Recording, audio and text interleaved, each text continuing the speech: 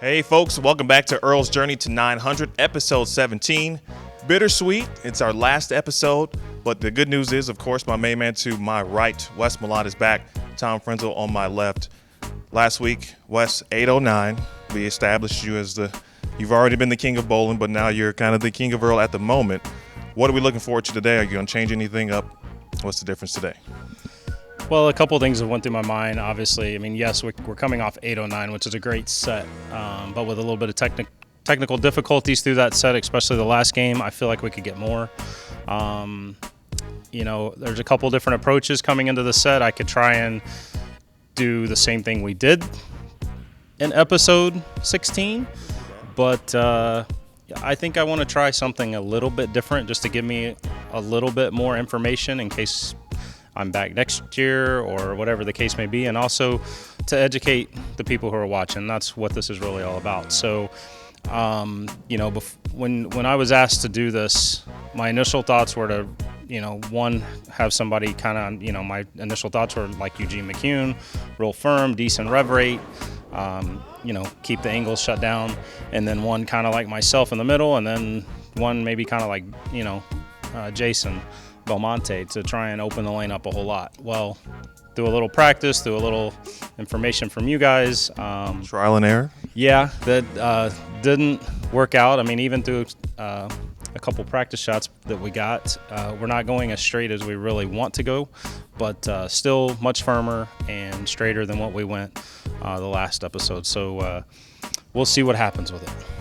And Tom, what ball are we using for Wes? Like I said, 809 last week. Are we changing something? No, we're keeping it the same. Similar layout, same ball, 2.5 RG, 30 diff. Why fix what isn't broken? And we're going to see how it does with a slightly different bowler style today. Should be good. Yeah, we tried to fix stuff that wasn't broken earlier, and look what that got us. So Wes is here to change all that. Episode 17 right now.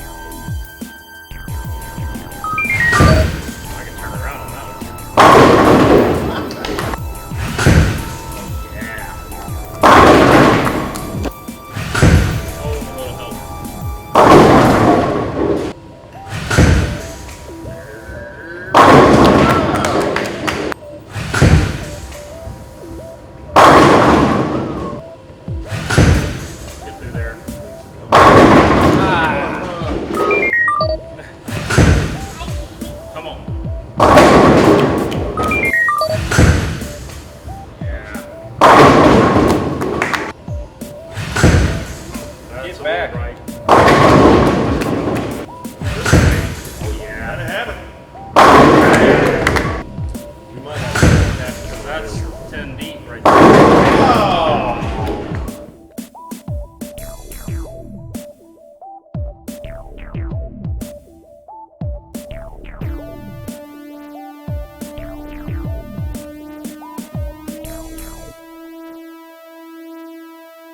Episode 17 is in the books. 815 is the number. Wes has one-upped himself from our previous episode.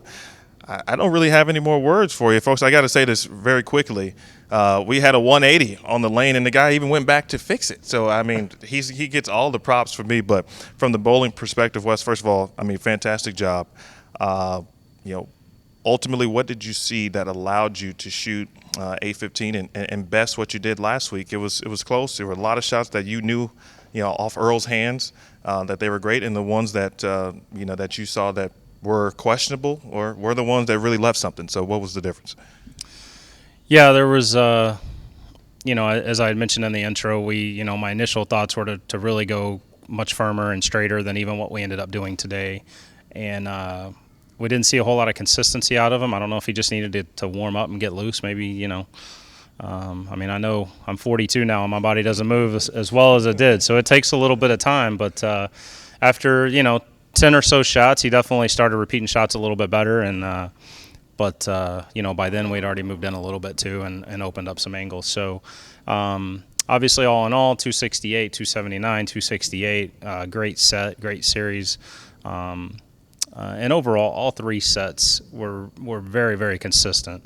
I think 241 was our low game. Sorry, I'm cheating. Yes. 289 our high game. So very, very pleased with that.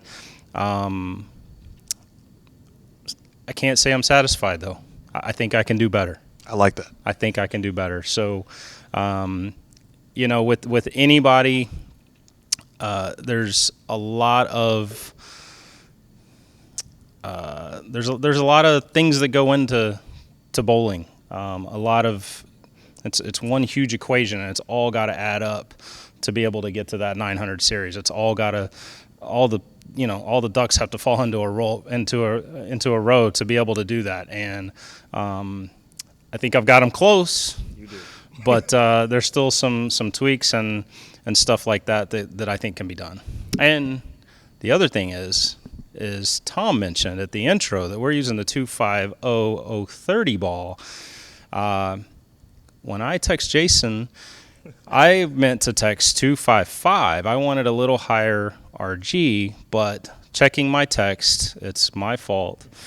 I did text 2.5, and he's off the hook. But that just goes to show you text messages aren't always the best way to get the message across. Why would you want 255? Just a little bit more length, I think, and that's what we saw at the beginning. I still saw it hooking just a little bit too early. I think a little higher RG would get a little bit more length and maybe a little bit more energy down lane, which is what I think we probably could have used. Fair enough. That's all good stuff right there. So, Tom, let's get into, first of all, your thoughts on Wes's series. His 3 episodes, obviously the best that we've been able to accomplish in that succession. What do you think? Yeah, I mean, he's come in here for 3 weeks and he's completely shown us up. Own the place. I mean, back-to-back 800s. We couldn't even get to 800. We did get a 300 game early on in the season, but he's got the closest. I mean, he's just a couple shots off from 300 in all 3 of those games. So, yeah. Kudos to Wes Malott for sure. I thought the strategy today looked good on the lane.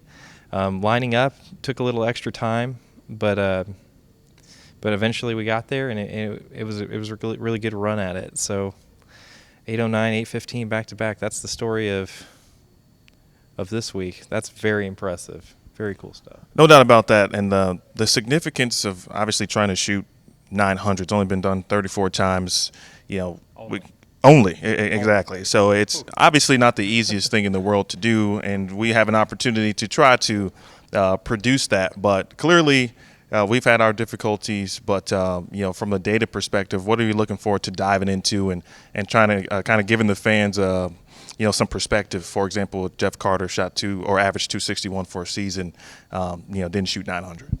Right. So I've been looking at the numbers. I'm a bit of a statistician here, so you can take a bit of a statistician. Okay. I'm a bit of a statistician, and what you could do is you could take the series score for every episode we shot. So we shot 17 episodes with Earl now. You can pile those all together, and you can build a normal distribution out of them. And you can generate that bell curve, which will tell you the probability of any given score.